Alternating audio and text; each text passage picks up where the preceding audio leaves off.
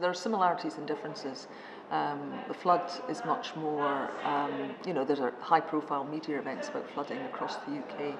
Drought, it's quite difficult to strike up conversations about drought. There are some similar issues, like, for example, deferral of responsibility.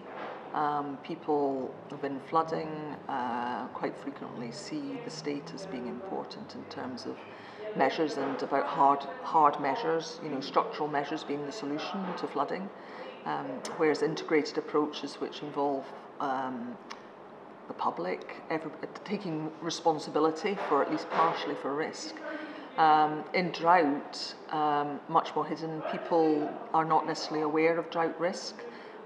People who remember the 1976 drought are not necessarily talking about that. It was only yesterday, actually, when I was in the Ebro Valley, that we started to get stories of hardship in the 1976 drought with people who had actually been adults and running families in an area at that time. Whereas if you speak to people in Bristol, for example, quite often their memories are of warm summers and drinking wine with friends in public spaces, and about community cohesion.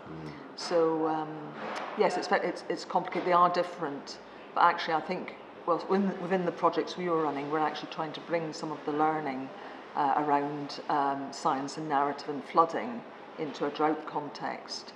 And what we've discovered is that it's even more complicated, I think, within drought, not the least because of some of the issues of language. Yeah. As a community, there's been much more of a push in terms of trying to encourage people to be flood prepared.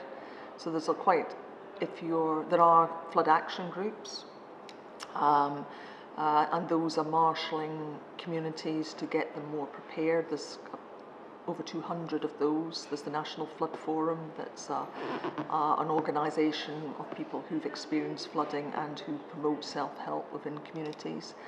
You don't really hear of local drought management plans.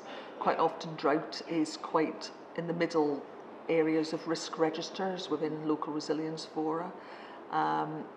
People don't necessarily think about drought risk planning at a home level, at a household level.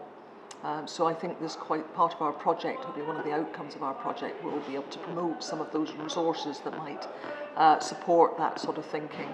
We do think that, the people are much more prepared to talk about water efficiency and the water relationships, and so there are other ways into having conversations about drought. But what we're finding within certain groups, particularly, for example, small businesses, that planning for drought, water scarcity is not on the radar.